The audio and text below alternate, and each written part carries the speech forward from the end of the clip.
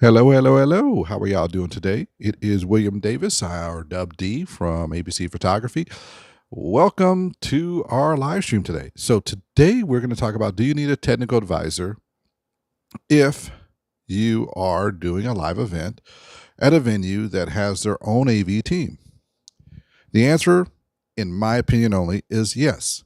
And here's the reason why I say yes.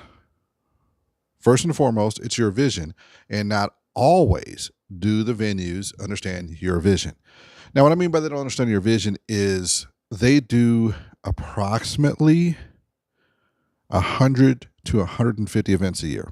So they have 100 to 150 different visions coming in the door to kind of get what they want done.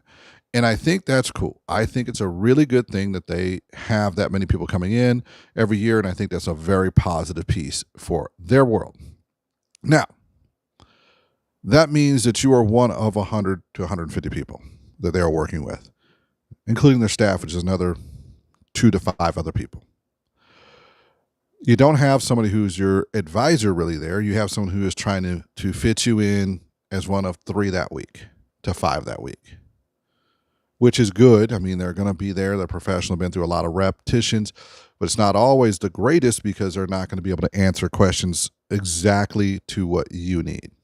And this is where having a technical advisor and paying for one throughout the process is worth it. A couple of things. First off, like today, we're doing a live stream.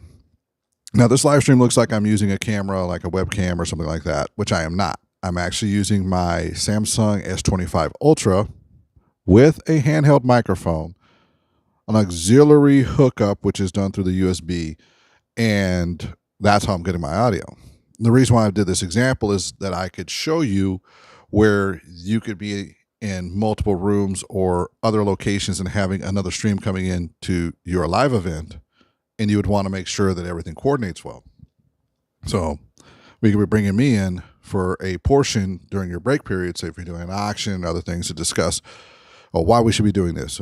Here's some of the video materials and all the rest. And having a technical advisor that knows how to do that and integrate that with the audio system they have there is super important, because maybe you don't want that sound from the person coming in to your live stream to go to your live event. They may have understood that in the conversation and may still add it in, or they may keep the audio that's coming from the event and this going into your live stream, which is probably not something you want, or in your broadcast you're doing for later. That's one thing. Another is, say, for example, you're going to have 5 presenters. You're going to have a moment where you're going to have someone on stage and all the rest. You want to make sure that that's all integrated properly and that all the sound staging and everything is done for you. I understand a lot of times they bring in engineers who are really good, but once again, these are contractors. Let me explain what that means by that. You'll have a contractor that comes in once in a blue moon. When I say blue moon, that means 2 to 4 times a month, and they contract in to do live events for them. For example, audio engineers, cam ops, and video switchers and technical directors generally get contracted in to handle those events, and they are really good at doing whatever you give them, as long as whoever was talking to them ahead of time gave them the right information. And if they cross the wires by accident, and this does happen as to what the needs are, and you come in that day and you're like, well, I thought we were going to be ready for this, it can hurt you. So what we do, having a technical advisor would be a very powerful tool on your side that can ensure that what you have to focus on is just getting the event going, getting your singers in the right place, get your presenters, get your speakers, get your keynotes, all in the right place. Whereas your technical advisor will come through and be your liaison between you and the staff there, who is really good staff. Don't get me wrong. They're great staff at what they do. They're phenomenal. They just don't always get the correct information, or the information they get could be a mix of 2 or 3 different events that are coming up. So, for example, one of the events that I worked with, we had the whole weekend, we were working basically the same RF. And RF is just wireless microphones.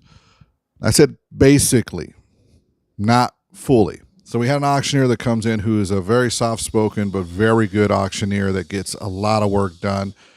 But, they're very good at moving people without having to scream through their auctioneering. And then we had another auctioneer who likes to do high presence, which some people can call that screaming, but that's just raised voice with actuation. And then we had another auctioneer that was coming in who is in between the two. So likes to use soft voice to draw people in and likes to use extenuated voice to get them to really like jump into it and get that last little bit, when you get that extra 10,000, extra 15,000. And they're very good at that. But all that was done with RF. Two of the auctioneers liked handheld microphones. One liked earpiece microphones. And turns out the person who has the strongest voice likes the earpiece microphone. Well, setting up an earpiece microphone for a super strong voice takes a whole different setup than the other two mic setups, which isn't a bad thing or a good thing. It's just an is thing. And having a good technical advisor on there who can go through and make sure those settings are set up properly makes a huge difference. Now, the question comes down to is, why would I need that if I've got a great sound engineer? Frankly put, they've been doing audio for 10 other events that week or 4 other events.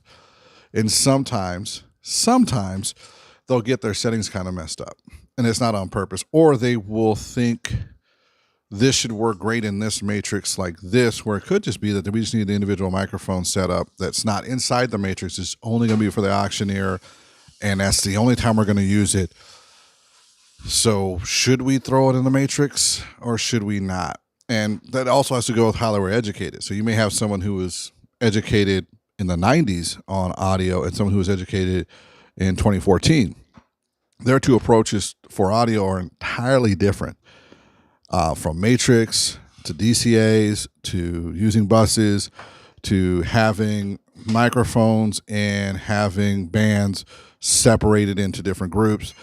It really is. I mean, there's some standards, but there's also some things that are subtly different. And being able to get that across in the language that they understand and what you need is going to make a huge difference in your end product. Also, you may want to record it. And that is a huge, huge benefit if you can speak the language, have a technical advisor to help. So here's an example. We were doing panels. So what was it? 2024 we did 1, 2, 3, 4, 5, 27 panels in 2024.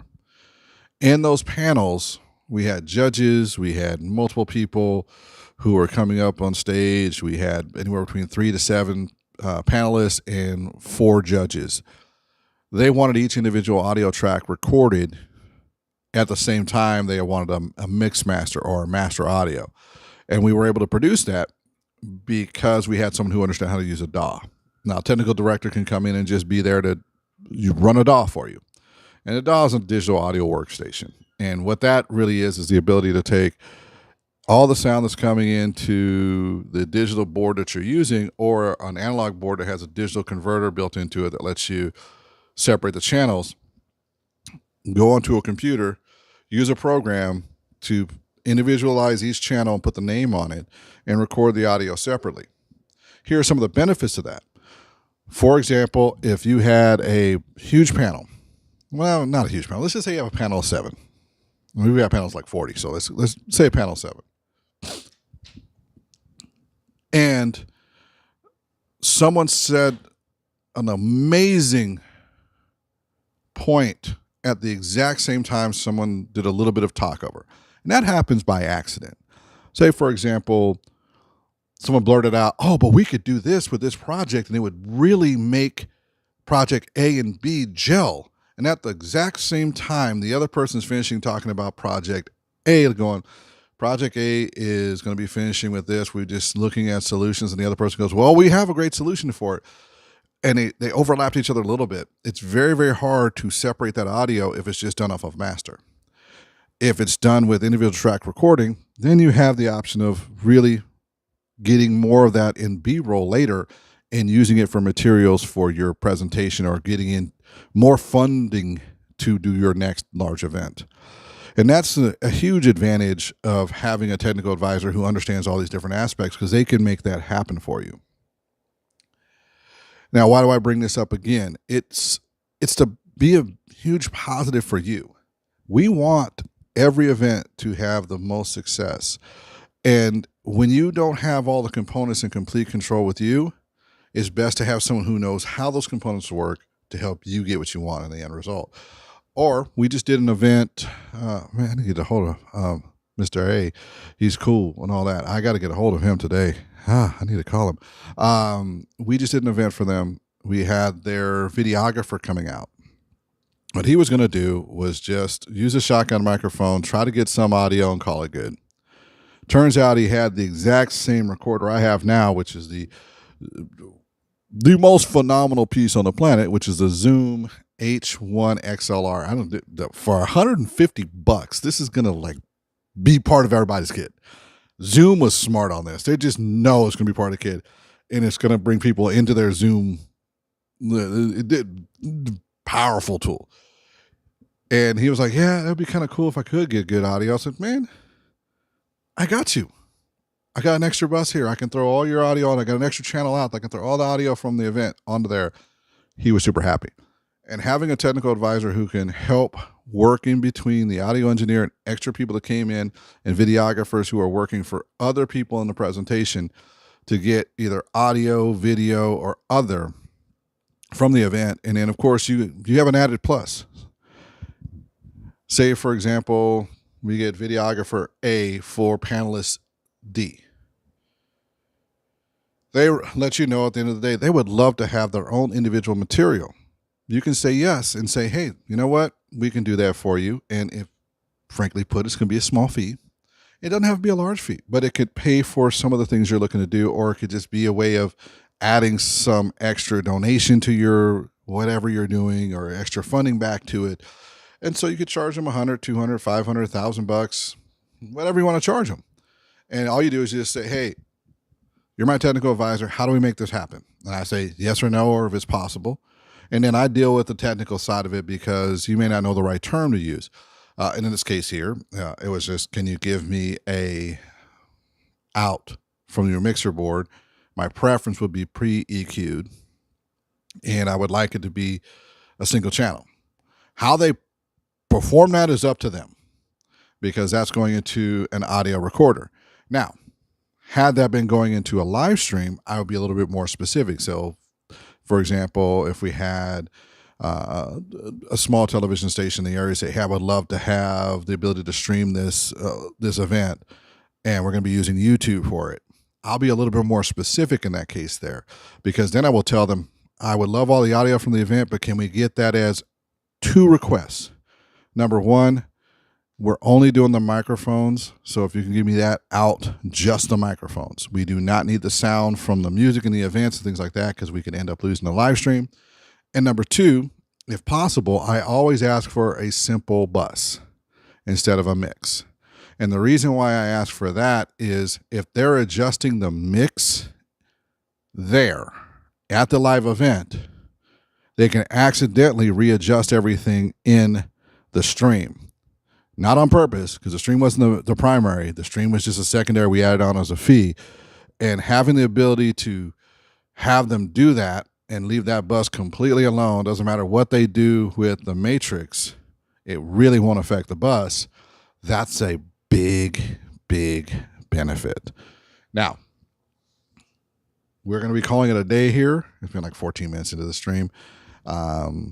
I'm getting a little bit more comfortable getting in front of the cameras again. It's been a while since I've been in front of them. And I think I took like 3 weeks off because I've been busy, but I'm back. I'm still kind of busy, but I'm back. I will catch y'all later. Thank you for watching the stream. I appreciate you. QR code, visit the website, A.P.C. Photography. Hope you like the logo. If you don't like the logo, let me know. I might come up with a new one. It just basically shows what we do. We do video, we do sound, and we do live streaming. Whatever you need for that and any aspect of that and any combination of that, we're here to help you. Take care. Bye-bye.